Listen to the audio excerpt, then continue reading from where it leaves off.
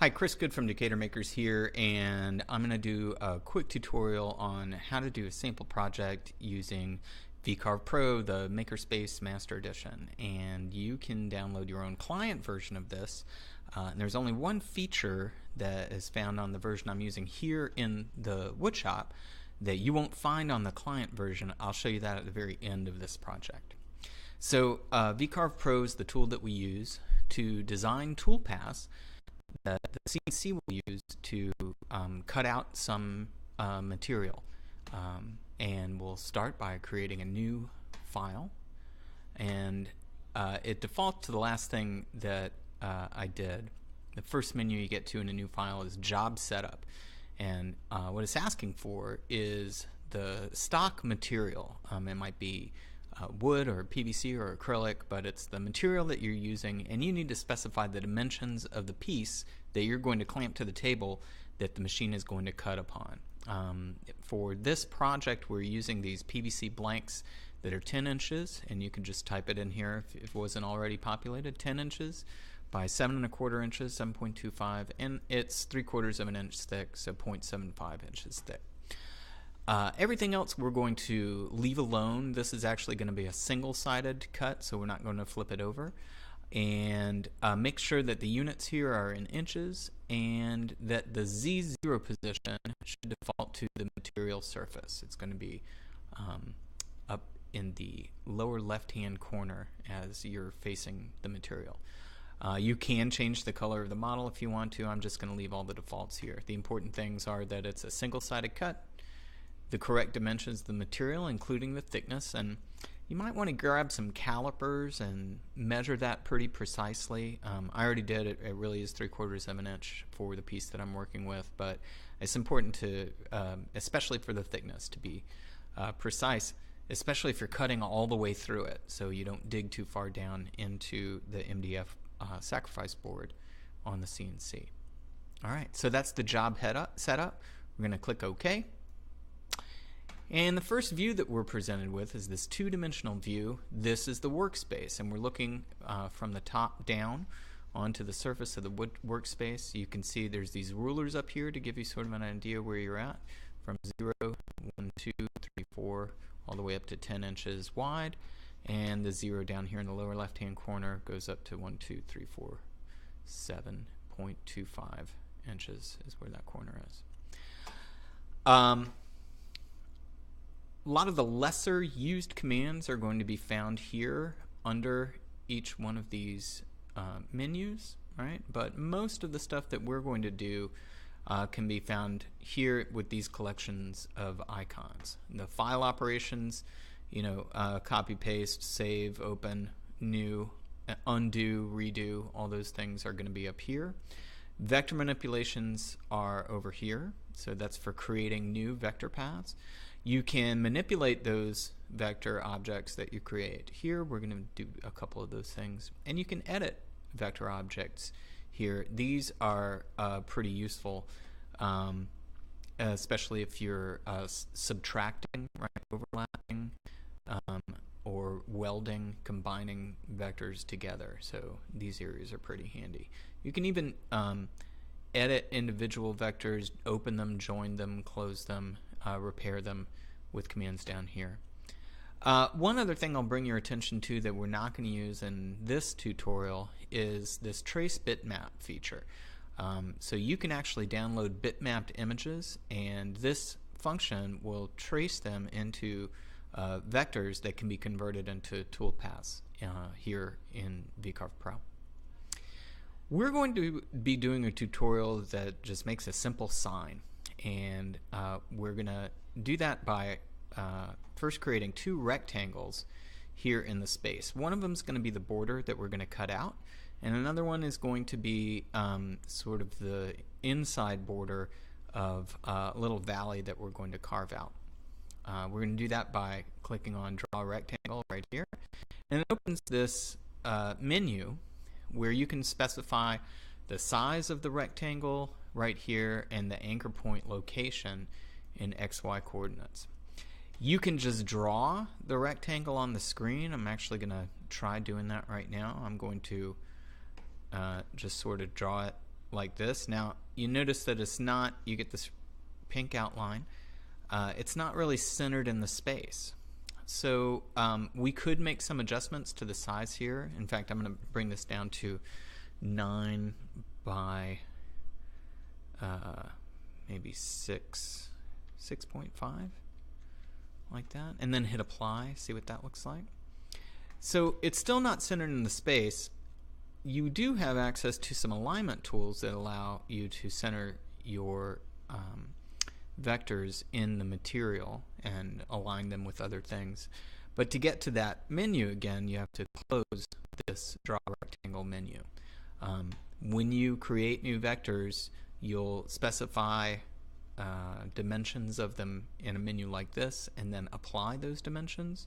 And then always you have to close this window to get back to the other commands. All right, and here we are again. So now that we have our one vector path here, I'm going to highlight it, and under the Transform Objects list, I'm going to click on Align Selected Objects, and that brings up another menu. And I'm going to be working up here in the Align to Material. I'm just going to select the second one, which is Center the item in the material itself, and you'll notice that we centered that box right in the middle of the job, of the material that we created earlier. All right, so this is going to be a tool path where I'm going to cut out this rectangle that's on the inside.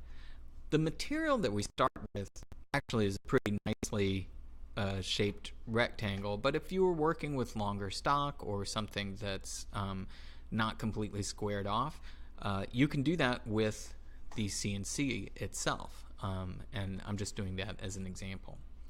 I'm going to cut another rectangle. I'm going to draw it on the inside of this, and that's going to be the interior border of a depressed area that's going to highlight the text that we're going to print a little bit later on. So it's a slightly smaller rectangle. This one was 9 by 6.5. I'll make this one 8.5 by 6 and apply that. Oops, you know what? Because we had highlighted that, I actually edited the rectangle. So I'm going to Control Z to undo that, close this out, and actually start drawing another rectangle that I can then edit. All right, so I said this is going to be 8.5 by 6, and we'll apply that. And this one goes way off the top, but if you close this menu, we'll go back and align that in the center of the material, and therefore it's in the center of this rectangle as well. All right, now we can't do the next step, which is to type some text, until we close this Alignment Tools menu, and then we get back to our drawing tools over here. To draw some text, I'm going to click here on Draw Text, and you're given a space inside here to draw the text, to type out the text. I'm going to make a Decatur Makers sign. You could type your name or whatever you like. All these commands are very similar to a word processor. I'm going to choose the Arial, maybe just plain Arial, and align the text to the center of the text box it's going to create. See what 1.5 inches look like. You'll get a preview once you hit apply. All right, and you can just drag this text after you close the menu. You can drag it over and reposition it. All right, that's not so bad. I'm eyeballing it. I'm actually going to use that same thing before, Align Selected Objects, to put this in the center of material too and get everything nice and centered. Those are the only vectors that we need for this project, and we're done with the drawing side of VCarve. So you can close this menu by clicking right here and switch this to the toolpath commands, and that's going to appear on this right side over here. So let's go ahead and close that down. We'll open up toolpaths, and we'll be able to create those paths for the cutting tool on this side. The first thing that we're going to do is an engrave toolpath.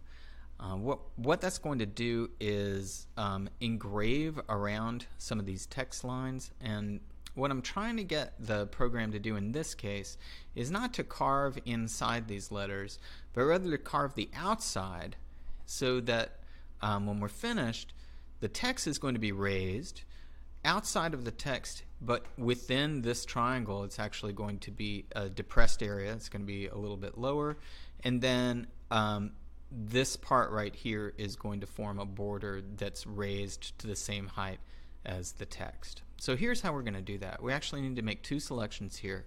Going to select this and hold down Shift while we select the text as well. So you can tell what's highlighted here is the interior rectangle and the text.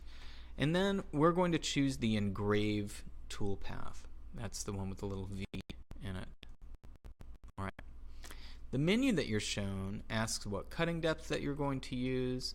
It specifies a flat depth. That's the length here between where the bit comes down to this point and moves over to the side there. We're going to leave that at 0.07. And it also specifies the tool that you're going to use. There's lots of different bits that you can put in the CNC, and you need to tell the toolpath what bit you're going to be using. So I'm going to select a bit from here. The 60-degree bit is the one that we want, but 0.25 refers to the diameter of the bit. I'll show you what I mean here. So if we click on that, this is the shape of the bit right here, and well, I've clicked on the 90-degree 0.25. Let's go to the 60-degree 0.25. So this 60 degrees, it represents this angle, the bit that's right here, and the 0.25 that we see, 0.25 inches, that's supposed to represent the diameter. I had already changed the diameter of this bit to 0.5 inches, but I didn't change the name of the tool to reflect that it's actually 0.5 and not 0.25 inches. So I'm going to make that change to the name and hit apply, and we'll see that updates our VBit 60-degree 0.5. I actually want to use the 90-degree bit in this case. It's going to give a steeper angle, a more shallow angle to the letter, to the wall of the letters and the border. So I'm going to choose that from the list here, the 0.5 bit. Here's where you also select the spindle speed and the feed rate and the plunge rate for the tool. This is something that's really important and that you can look on a spreadsheet that we've got in the browser, on the machine, in the woodshop, on the computer there. So that for any material you can check what speed the spindle should be spinning at, and that's actually set with a dial that goes from 1 to 6. I'm actually going to slow this down a little bit for the material that we're cutting to about 12,000. And then the feed rate is how fast that spinning tool is going to be dragged across the surface. I'm going to slow this down to about 100. And for the material that we're using, that's the speed and the feed that we want to be set. The last thing that you shouldn't have to change, but I'm going to have to change here because it was inputted incorrectly, is the plunge rate. We really shouldn't exceed 25 or 30 inches per minute on the plunge rate. That's created some problems in the past, but if we make these adjustments according to the spreadsheet that you see on the computer, you should be just fine. And if there's ever any question, just ask somebody what's a good feed and speed for this material, and we can help you find that out.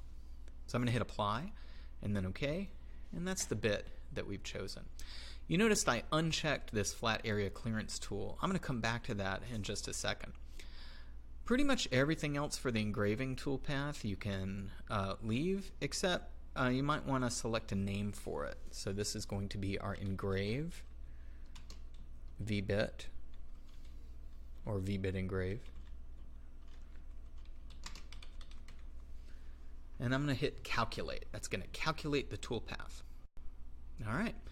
So it's given us a little preview, and it switched us from the 2D view we were looking at before to a 3D view right now, and we can actually look at another angle of that right, off to the side, and then flip it back up to the way that it was. So there we go. You can also preview the toolpath by running this, and it'll actually give you a little preview, a movie of what it looks like when the machine is cutting out your design. You can slow down the speed a little bit and replay it, actually. So we'll close this out and whoops.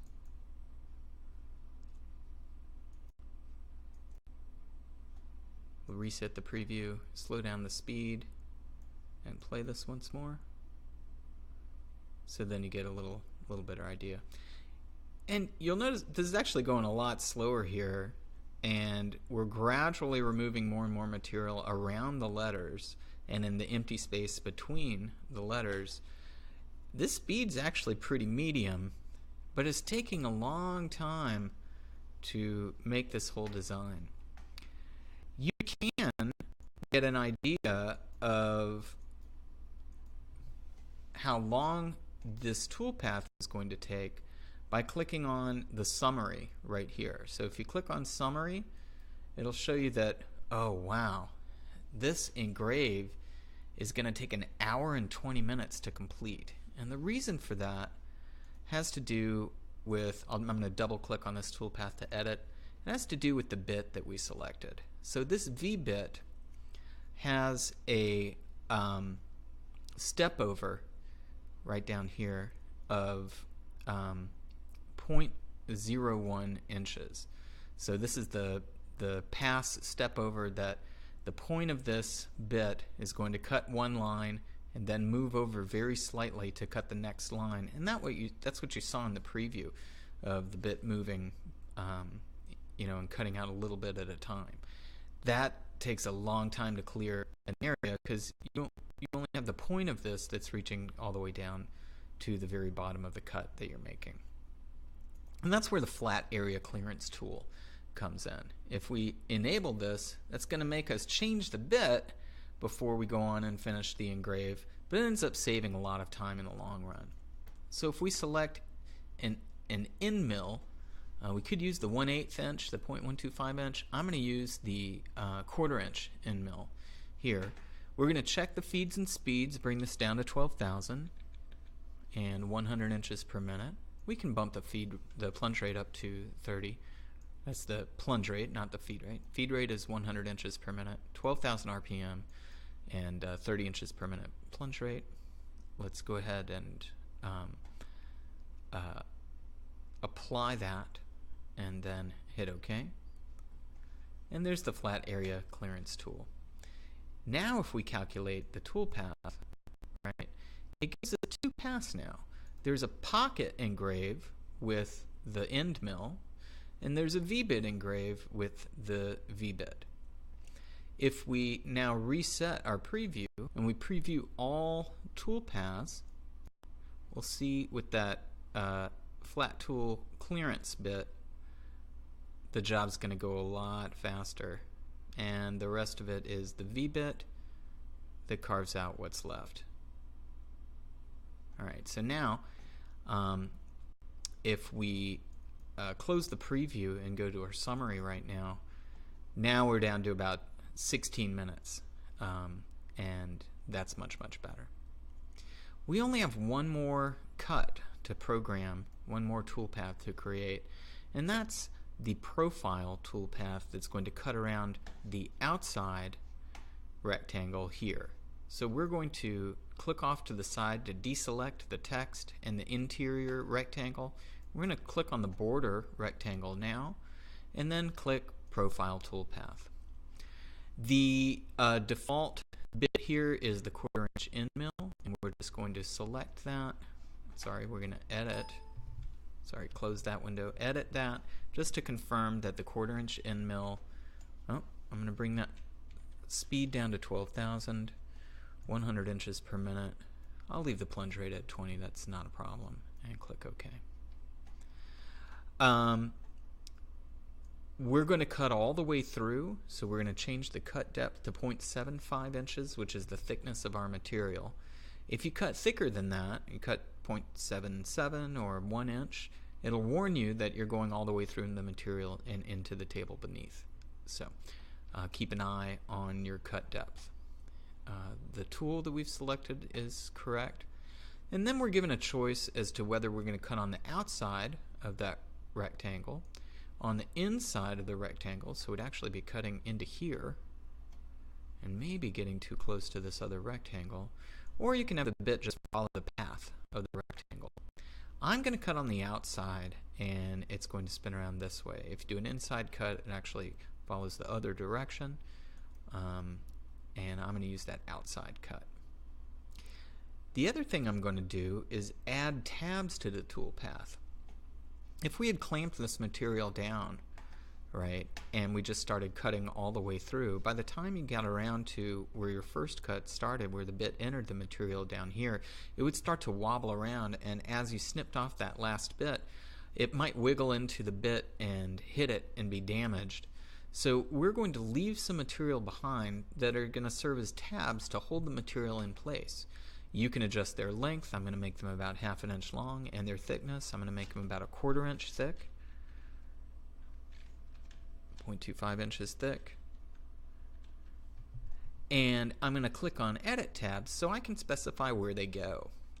You can add a constant number of tabs, so you can say 1, 2, 3, 4 tabs and click Add, and it'll add them at a certain number that fits into this space. I'm actually going to get rid of those by clicking on them, and I'm going to add tabs by placing them where I want to go. It's weird to have a tab on the corner and it doesn't create as stable a hold, so I'm going to put them at the center of each one of these lines that make our rectangle.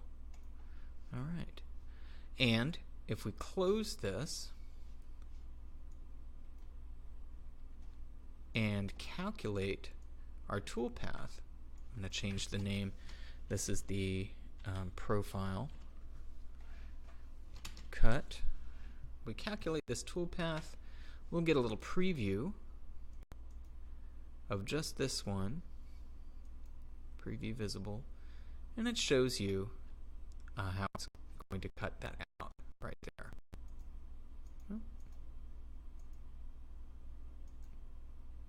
There we go.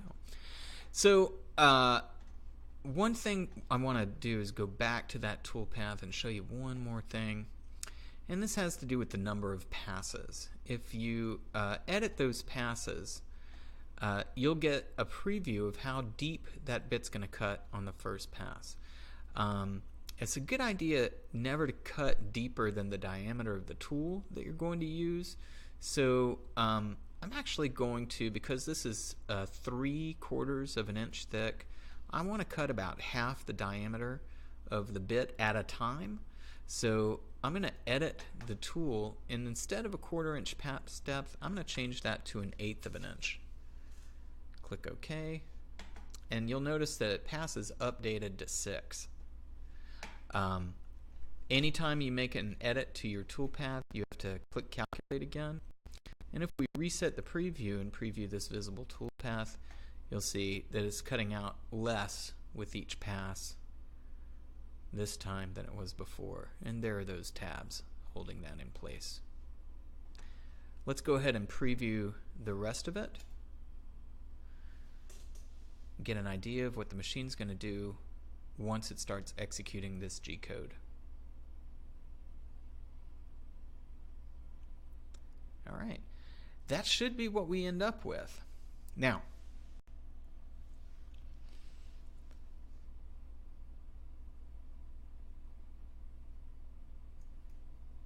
okay, the next step is to export these toolpaths as G code. And the version that you may be working with right now as you're following along in the tutorial doesn't have that functionality. So you're going to have to save your file, right? And it's going to be as a .crv. That's the VCarve file. I'm going to save that in my folder here on the woodshop computer. Decatur Makers sign. And that's in Vectric files, and I've got my own file down here. Good. And click save. You can save this into the cloud, or you can save it onto a thumb drive, but you'll have to be on the woodshop computer in order to do the following procedure. And that's to select all of your toolpaths. You can just click all toolpaths, and we're going to save toolpath. Right? Oops. Yep, I got an error because I selected all of them at once, but they're using different bits. We've actually got 2 1/4-inch in-mill bits and 1 V-bit in-mill bit. So I'm going to save this V-bit G-code using the Mach 2/3 arcs inch star.txt post processor. That's the one it defaults to when you're in the woodshop on the computer there.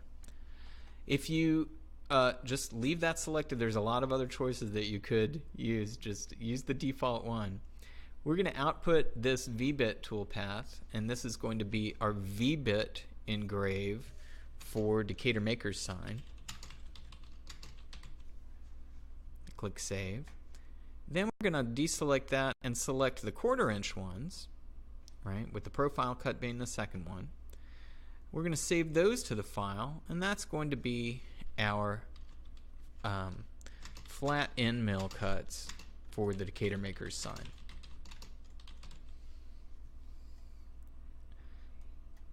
And now you've saved your G-code for the 2 types of bits that you're going to use. Look for another video that's going to show you how to use Mach 3. That's the control software that moves the CNC machine around, and we'll show you how to execute those toolpaths on the machine. Thanks, and good luck.